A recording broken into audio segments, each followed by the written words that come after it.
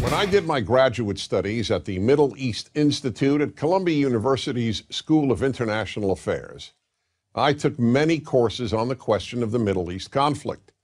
Semester after semester, we studied the Middle East conflict as if it was the most complex conflict in the world, when in fact, it is probably the easiest conflict in the world to explain. It may be the hardest to solve, but it is the easiest to explain. In a nutshell, it's this. One side wants the other side dead. Israel wants to exist as a Jewish state and to live in peace.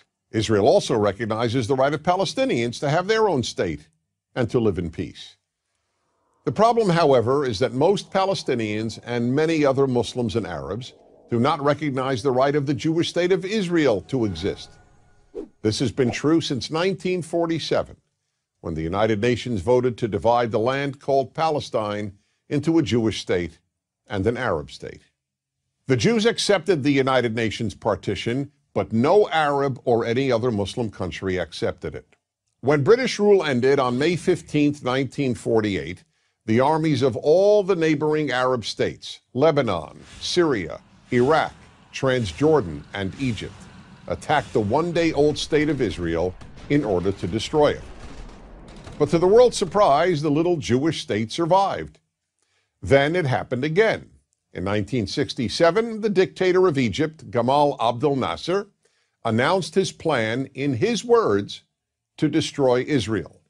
He placed Egyptian troops on Israel's border, and armies of surrounding Arab countries were also mobilized to attack.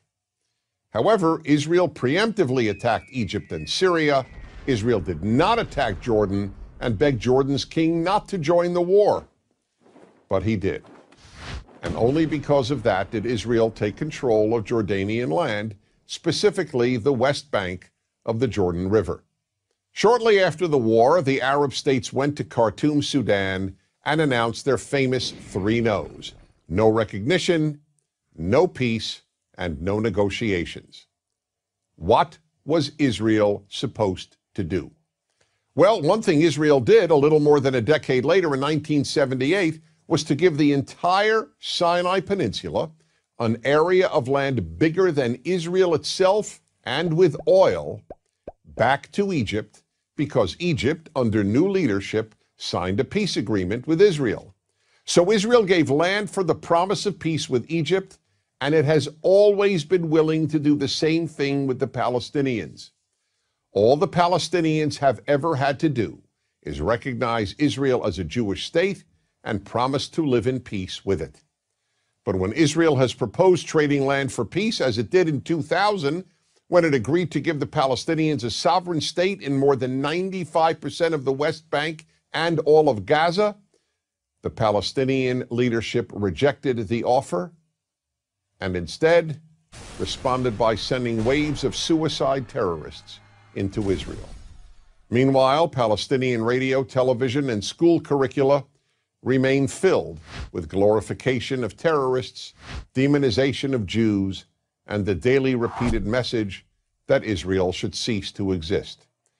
So it's not hard to explain the Middle East dispute. One side wants the other dead. The motto of Hamas, the Palestinian rulers of Gaza, is, "We love death as much as the Jews love life." There are 22 Arab states in the world, stretching from the Atlantic Ocean to the Indian Ocean. There is one Jewish state in the world, and it is about the size of New Jersey. In fact, tiny El Salvador is larger than Israel. Finally, think about these two questions.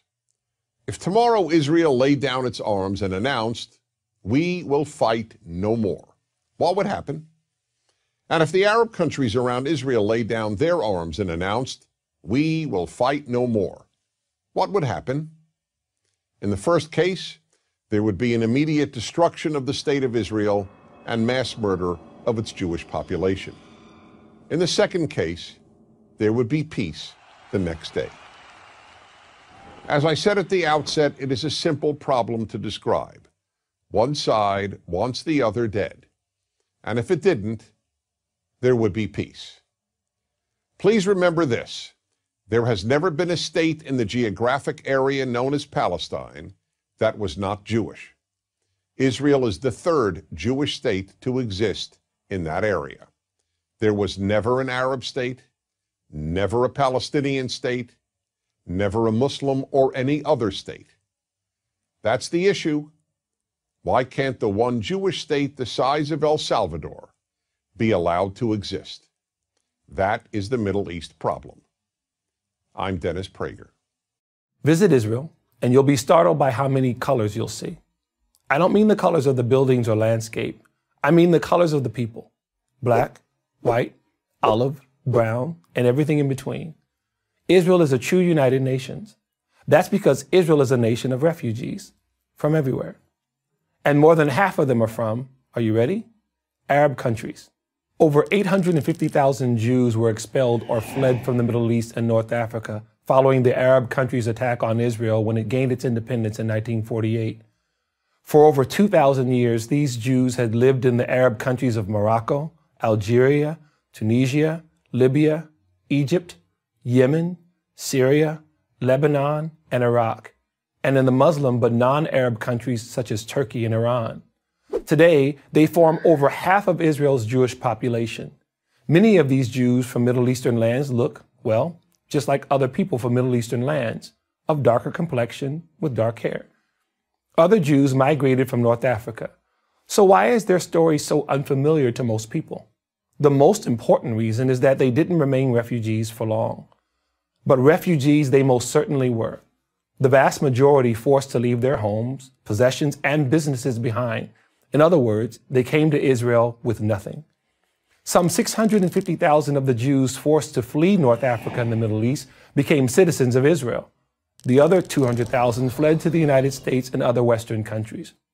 To give you an idea of how few Jews remain in Arab countries, consider these numbers. There were 150,000 Jews in Iraq in 1948. Today, there are less than 10. There were 140,000 Jews in Algeria. Today, there are less than 50. There were 75,000 Jews in Egypt. Today, less than 20. The pattern is the same across North Africa and the Middle East. Now contrast these forgotten Jewish refugees with the most celebrated refugees in the world, the Palestinians.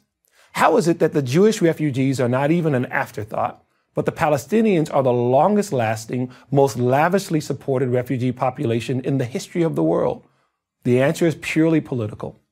After Israel gained its independence in May of 1948, the surrounding Arab nations attacked the new Jewish state. As a result, about 700,000 Arabs living in Israel fled. Many left because of the war, and many did because they were told by Arab leaders to leave the Jewish areas. The idea was that they would return once the Jews and their state had been destroyed. Khalid al-Azam, the Syrian prime minister in 1948 to 1949, admitted this Arab role in persuading Palestinians to leave. In his memoirs, he wrote, "Since 1948, we have been demanding the return of the refugees to their homes, but we ourselves are the ones who encouraged them to leave." That's how the Arab, later renamed Palestinian refugee crisis, was created. In 1949, the United Nations formed UNRWA, the United Nations Relief and Works Agency for the Palestinian refugees, the largest and only long-term UN agency that was ever formed to deal with just one group of refugees. 70 years later, it still exists and still calls the Palestinians and their children and their grandchildren refugees. It has an annual budget of over $1 billion, funded mostly by the US and the European Union.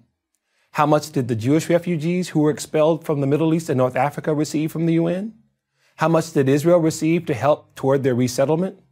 How much does it receive today? The answer to all three questions is the same: zero. So the next time you hear someone talk about the Palestinian refugees, ask them why they never talk about the Jewish refugees. And the next time you hear people talk about Israel being settled by Europeans, ask them if they've ever seen an actual picture of Israelis in color. I'm Dumisani Washington of Christians United for Israel for Prager University. To subscribe to our YouTube channel, click here. To help keep our videos free, donate here.